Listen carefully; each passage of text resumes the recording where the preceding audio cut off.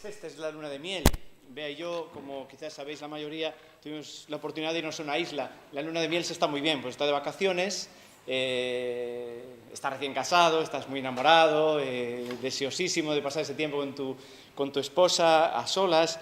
Y bueno, pues es un lugar donde tiene un encanto natural, pues esto es muy especial, ¿no? En especial otras cosas que tenía esta isla a la que fuimos, pues son árboles muy grandes con grandes raíces, ¿no? No hay que ir tan lejos, aquí las tenemos también. Y las raíces sabemos lo importante que es, ¿no? Como el ver unas raíces que se extienden con fuerza y que se van extendiendo en profundidad y en extensión, refleja la vida de ese árbol y que permite que ese árbol crezca con fortaleza, ¿no? Con fuerza. También en casa no tenemos árboles, pero tenemos plantas. A mí me gustan las plantas en mi casa. En nuestra casa al principio se nos morían todas. No se adaptaban, supongo, ¿no? Estábamos al principio y se nos morían fácilmente. A día de hoy ya no se mueren tan rápidamente y podemos disfrutar de ellas. Pero, por ejemplo, tenemos una planta que crece torcida. Imagino que a lo mejor a vosotros tenéis alguna en casa y que cuando una planta crece torcida necesitamos ponerle un palito para que crezca derecha, enderezada, ¿verdad? La ayudamos con esto para que crezca enderezada. Y parece más o menos con esto que resolvemos el problema.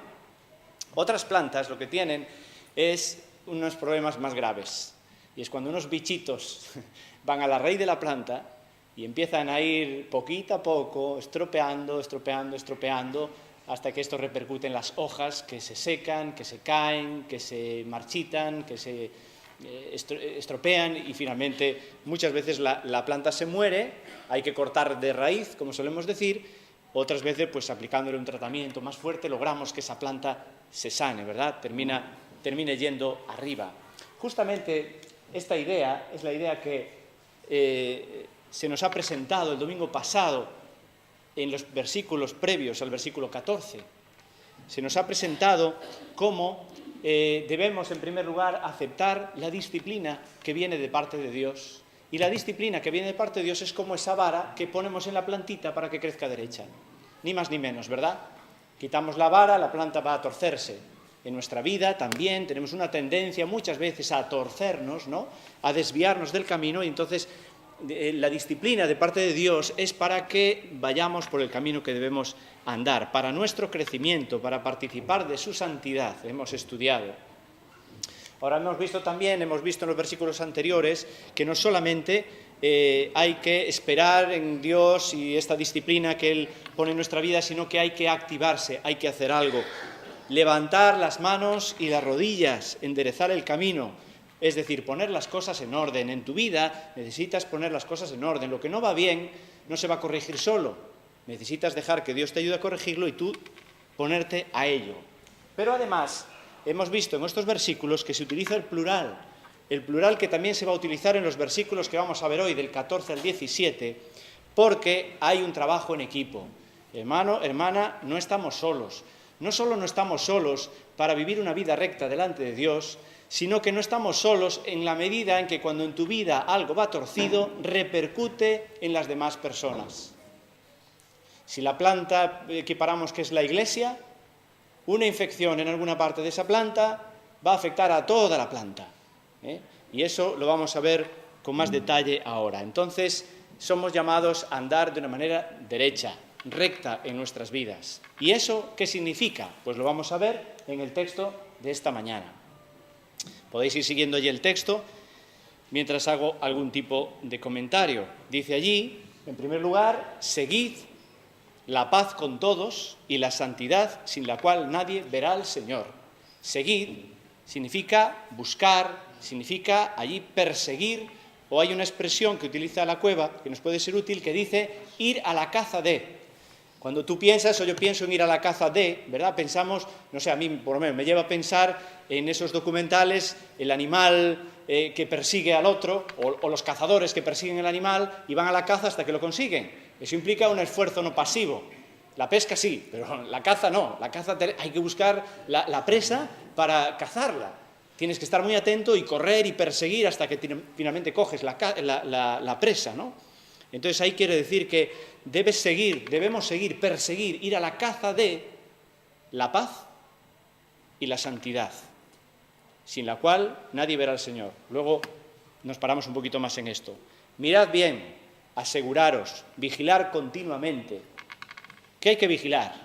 Vigilar, no sea que alguno deje de alcanzar la gracia de Dios. ¿Os imagináis esto? Dejar de alcanzar la gracia de Dios. Esta mañana damos gracias a Dios por su gracia con nosotros.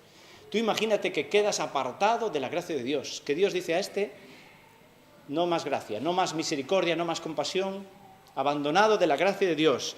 Fijaros, vigilar, no sea que alguno deje de alcanzar la gracia de Dios, que brotando alguna raíz de amargura. Entre la palabra brotando y la palabra alguna raíz de amargura hay una palabrita que viene en el original y en nuestra traducción no viene, que significa hacia arriba. No es que sea muy significativo eso, ¿no? Por eso no viene en la traducción, pero quizás cae de cajón. De hecho, si estamos hablando de raíz, es algo que viene hacia arriba, que sale desde abajo, se infecta la raíz, empieza a crecer y a estropear toda la planta. Entonces, cuidado de que brote una raíz de amargura que os estorbe, os cause dificultades, os cause disturbios. Cuando tenemos estas manifestaciones, estas concentraciones de gente que se está manifestando, o a veces lo vemos en los estadios de fútbol, estas competiciones que hay, estos partidos ahí acalorados, a veces son 2 o 3 personas en una manifestación que empiezan a caldear el ambiente y termina armándose una grandísima. Termina teniendo que haber intervención policial para poner orden. Pero eso ha empezado a veces en 2 o 3 personas que han empezado a movilizar a los demás, a meter cizaña, y se ha creado un gran problema. Una raíz de amargura, algo pequeñito, en la raíz, y empieza convirtiéndose en un gran problema. Cuidado entonces, que brotando desde abajo hacia arriba, desde la raíz, amargura os estorbe, y por ella muchos. De nuevo, fijaros cómo nos afectamos unos a otros. Por causa de uno, muchos, los demás, la mayor parte, la multitud, sean contaminados, sean corrompidos. La corrupción de algo que estaba bien, en orden, sanito, y de repente se estropea. Versículo 16. No sea que haya algún fornicario. Fornicario aquí pues es persona inmoral. En especial, en este texto se refiere, y lo vamos a ver en el ejemplo que menciona, que es una persona caracterizada por la infidelidad. Veremos que es infidelidad a Dios o a las cosas de Dios. Algún fornicario, algún profano. Profano es que no es sagrado, que no es santo, que es impuro, que es contaminado. Cuidado que no haya alguno entre vosotros como Esaú. ¿Por qué? ¿Por qué Esaú fue un fornicario y un profano? Dice el texto, por una sola comida, se desprendió de su primogenitura, de los derechos de primogenitura, de los derechos de ser hermano mayor. En el contexto hebreo, en el contexto judío, el ser el primogénito, el hermano mayor, otorgaba una serie de privilegios. Recibían del padre la bendición, una bendición que venía de Dios para ese hijo primogénito. Y esta bendición implicaba muchas cosas. Implicaba, como decimos hoy en día, una mejora en la herencia, ¿no? Nos decimos hoy, cuando la herencia una mejora, pues el primogénito tenía una mejora en la herencia, pero además, normalmente venían para él palabras de Dios de bendición, de que este hermano primogénito, este hijo primogénito, estaría por encima de sus hermanos, en una posición superior de autoridad, de liderazgo con respecto a los demás, y de prosperidad. De ahí la importancia, quiero destacar esto, para ver que cambió una comida por algo de gran importancia en ese momento en el contexto judío. Y ya sabéis, versículo 17, que aún después, deseando heredar la bendición, esa bendición de primogenitura, fue desechado, fue rechazado y no hubo oportunidad, no hubo ocasión, no se le dio lugar, no tuvo lugar para el arrepentimiento. Es decir, aún deseando heredar esa bendición, no hubo oportunidad para que se pudiera arrepentir, aunque la procuró esa bendición, la buscó, en especial ahí significa la buscó con insistencia, la reclamó, la exigió con lágrimas. A pesar de eso, no la recibió. Pongámonos de pie un momentito, hermanos, para dar gracias a Dios y pedir que su palabra nos hable en los minutos que nos va a restar. Pongámonos de pie y oremos al Señor.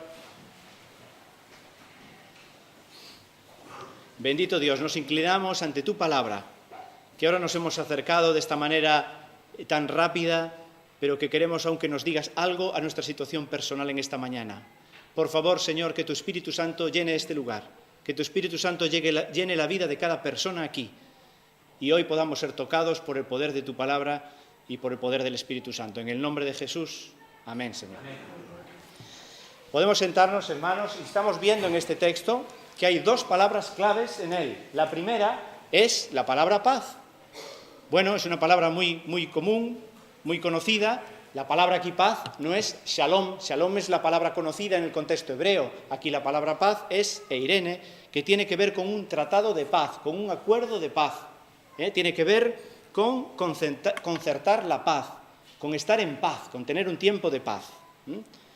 Entonces, aquí se nos llama, se nos exhorta a perseguir, ir a la caza de la paz, es decir, de estar en paz con todos los hombres, hacer acuerdos de paz.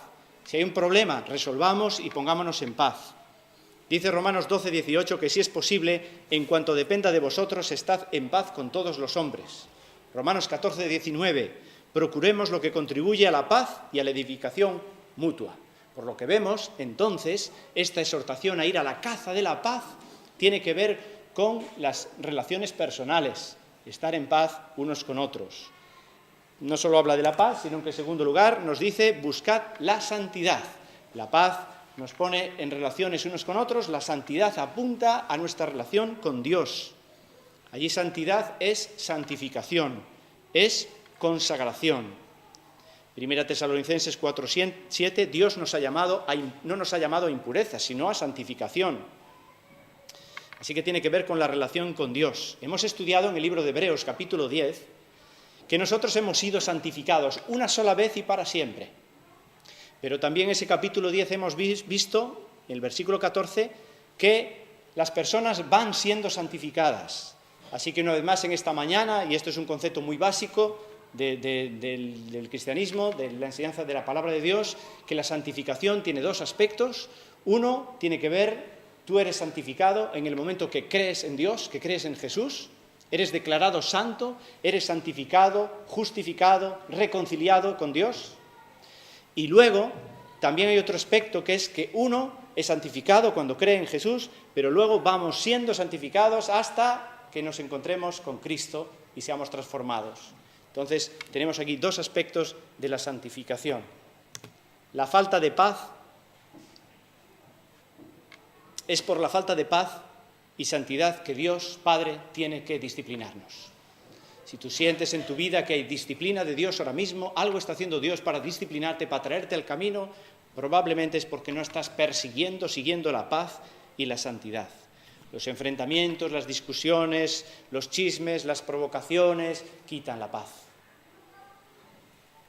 Cualquier tipo de pecado en nuestra vida nos aparta de la santidad y rompe nuestra relación con Dios. Por eso este texto nos dice que hay que estar vigilando constantemente.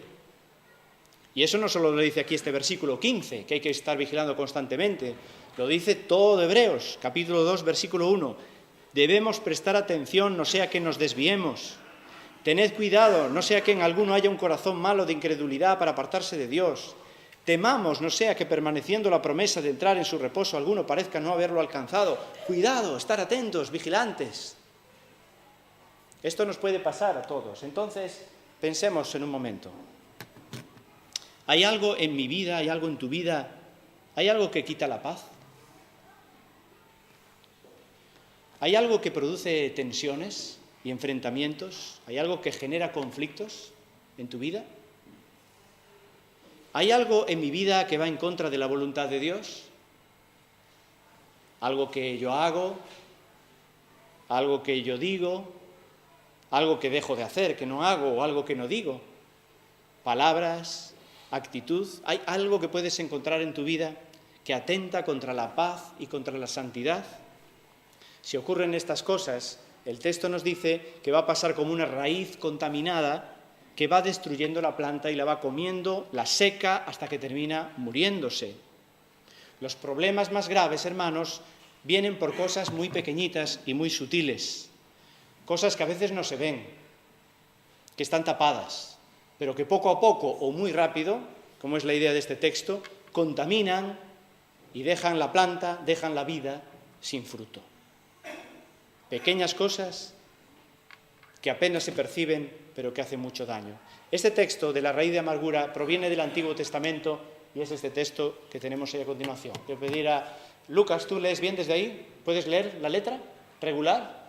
¿Alguien más cercano entonces? ¿Tú? Vale, José, léelo en voz alta y escuchamos toda esta lectura. No sea que haya entre vosotros hombre o mujer, familia o tribu, cuyo corazón se aleje de Dios, para ir y servir a otros dioses. No sea que haya entre vosotros una raíz que produzca fruto venenoso y ajeno. Y sucederá que cuando oiga las palabras de esta maldición, se maldecirá diciendo, tendré paz, aunque ande en la terquedad de mi corazón, a fin de destruir la tierra regada junto con la seca. El Señor jamás querrá perdonarlo, sino que la ira del Señor y de su celo arderán contra este hombre. Y toda maldición que está escrita en este libro caerá sobre él, y el Señor borrará su nombre de debajo del cielo. Pues bien, gracias. Fijaros que este texto, el inspirador, el autor de Hebreos se inspiró en este texto del Antiguo Testamento y esa situación, que era una situación donde el pecado principalmente era de idolatría, de seguir a otros dioses y no seguir a Dios, algo que ya vemos que es muy común en aquella época y hoy, que seguimos otros dioses, que no seguimos a Dios de verdad.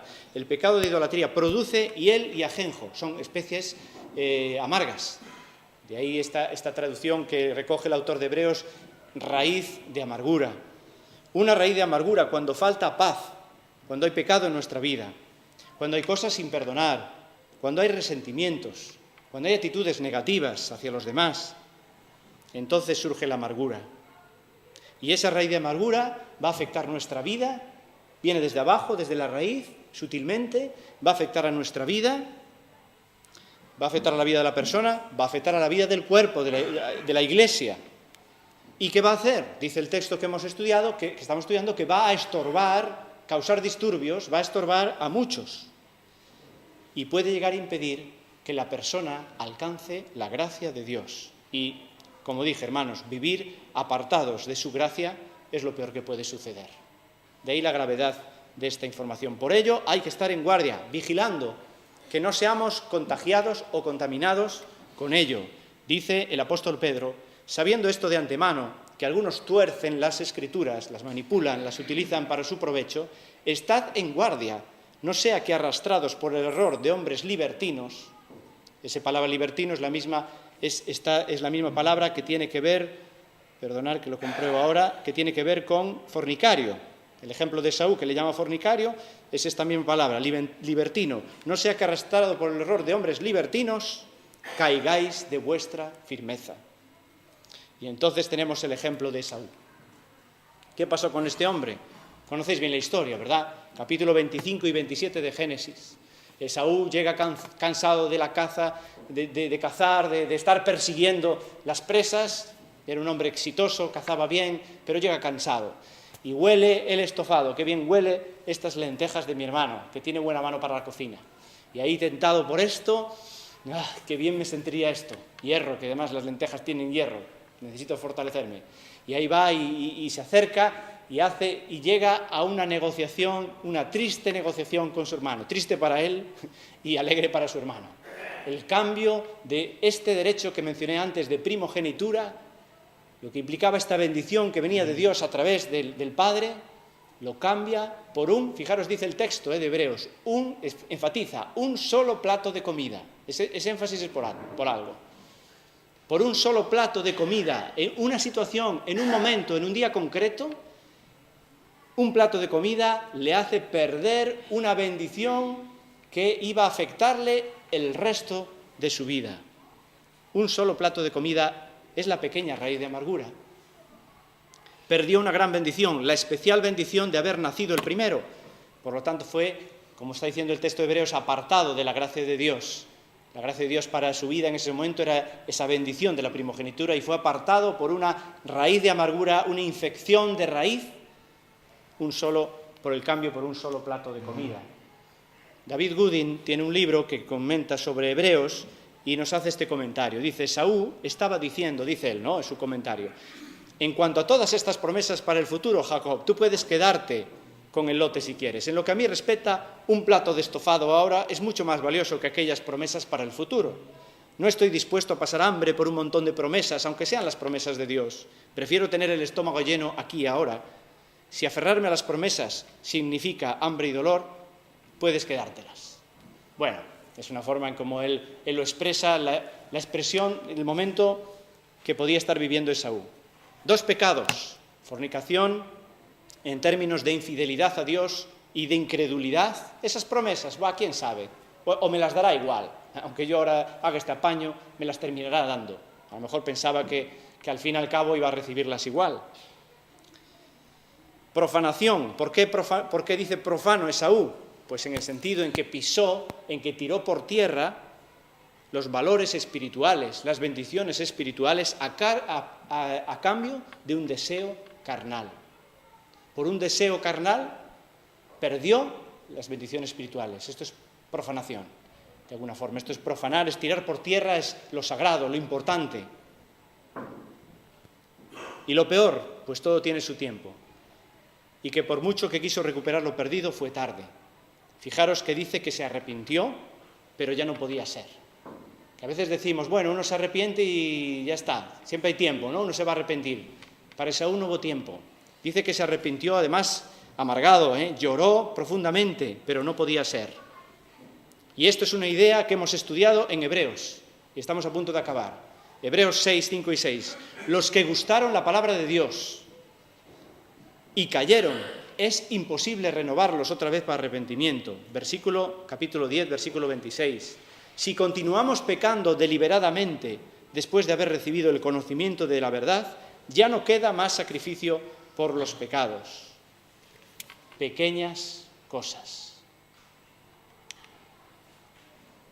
Puedes identificar en esta mañana, si quieres sacar provecho de este tiempo y de la aplicación de la palabra, puedes identificar alguna pequeña cosa,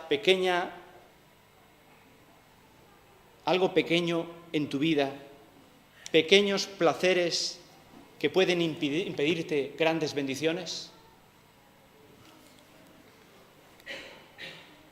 Pequeñas zorras que acaban con las viñas, libro de Cantares, lo mencionamos a menudo. ¿Y sabéis de qué habla? Del matrimonio. Hace 2 sábados en la reunión de matrimonios se compartía cómo muchas parejas empezaron por WhatsApps insignificantes y terminaron en una infidelidad. Aquel WhatsApp que le puse la sonrisita y le dije, te echo de menos, a ver si nos vemos, tan inocente, ¿verdad? Y tan insignificante. Empezó por ahí, pequeño bicho, pequeña raíz de amargura que se extendió y estropeó la planta. Pequeños bichitos que matan la planta. Pequeñas llamas que se convierten en grandes incendios. Santiago. ¿Qué detectas pequeño en tu vida? Quizás algo que no le das mucha importancia. Un solo plato de comida. ¿Qué es un solo plato de comida? Es algo pequeño. Un solo plato de comida, algo sin mucha importancia, pero que sabes que puede quitar tu paz, que te quita la paz, que no te hace estar bien contigo mismo, que te está quitando la paz en tu matrimonio, con tu mujer, con tu esposa, con tu esposo, te está quitando la paz, que te quita la paz con tus padres, que te quita la paz con tus hijos, con tu prójimo, con tus hermanos en la fe, aquí en la iglesia. Esto te está quitando la paz. Cuidado. Pequeñas cosas que sabes que te están apartando de la santidad de Dios. David Burr dice, una de las tentaciones diabólicas es la de susurrarnos al oído. No importa si pecas ahora, Dios te entiende. Y mañana puedes arrepentirte. No importa si cedes ahora, porque siempre puedes rectificar después. Dios es siempre misericordioso. Claro, ¿es verdad? Claro. Dios perdona, es siempre misericordioso. Te arrepientes y Dios te va a perdonar. Pero a la vez que es una verdad, también el diablo aprovecha eso para decirte, no importa que peques. Ya sabes que Dios te comprende perfectamente, sabe las luchas, las debilidades. Esto es una idea del diablo para que sigamos pecando. Una pequeña raíz de amargura, un plato de comida, puede perderse la gracia de Dios. De fondo, lo que nos están planteando es algo que insistimos, y es en revisar que Cristo sea el que gobierna tu vida que Cristo sea el que tiene el centro de tu vida. De verdad que hoy cantamos, Señor, te entrego mi vida, te entrego mi ser, pero tú sabes que eso tiene una repercusión práctica en cómo tú vives tu vida, en tu trabajo, en tu familia, en tus relaciones con los demás. ¿Quién gobierna contigo? ¿Quién toma las decisiones en tu vida? ¿Quién gobierna en ti? ¿Quién toma las decisiones en tu vida? ¿Las tomas tú o las toma Dios? ¿Has dejado que Dios sea no solo el Salvador de tu vida, sino el Señor de tu vida? Esto es de lo que de fondo nos está diciendo este texto. Dice Pablo, ya no vivo yo, mas vive Cristo en mí. Y viviendo Cristo en mí es el que nos permite vivir en paz y en santidad. Sin la santidad nadie verá al Señor. Como una raíz de amargura, quedará sin la santidad, como una raíz de amargura que brota desde dentro, que te infecta a ti mismo, que infecta a muchas personas y que pueden llegar a ser rechazadas y dejar de recibir la gracia de Dios. El apóstol Pedro nos dice esto: puesto que aguardáis estas cosas, que el Señor vendrá, que todo será destruido y se crearán nuevos cielos y nueva tierra, procurad con diligencia ser hallados por Él en paz. Paz y sin mancha, santidad, sin mancha e irreprensibles. Ceñid vuestro entendimiento para la acción, vigilando, atentos, preparados. Sed sobrios en espíritu. Poned vuestra esperanza en la gracia que se os traerá en la revelación de Jesucristo. Como hijos obedientes, no os conforméis a los deseos que antes teníais en vuestra ignorancia, pequeños placeres, platos de comida, raíces de amargura, sino que así como aquel que os llamó es santo, sed vosotros santos en toda vuestra manera de vivir. Hermano, toma una decisión en esta mañana de alguna pequeña cosa en tu vida que puede estropearte la vida. Confiésalo al Señor y pídele que te ayude a resolverlo, que venga el poder y la fuerza de Él para resolver esto en tu vida, que no se te amargue la vida. Cuidado, que no nos infectes a los demás, o que yo no infecte a los demás. Fortaleced las manos débiles y las rodillas que flaquean y haced sendas derechas para vuestros pies, para que la pierna coja no se descoyunte, sino que se sane. Buscad la paz y la santidad, la paz con todos y la santidad, sin la cual nadie verá al Señor. Vamos a ponernos de pie para cantar aquellos que queráis hacer esta oración al Señor. De pie, por favor.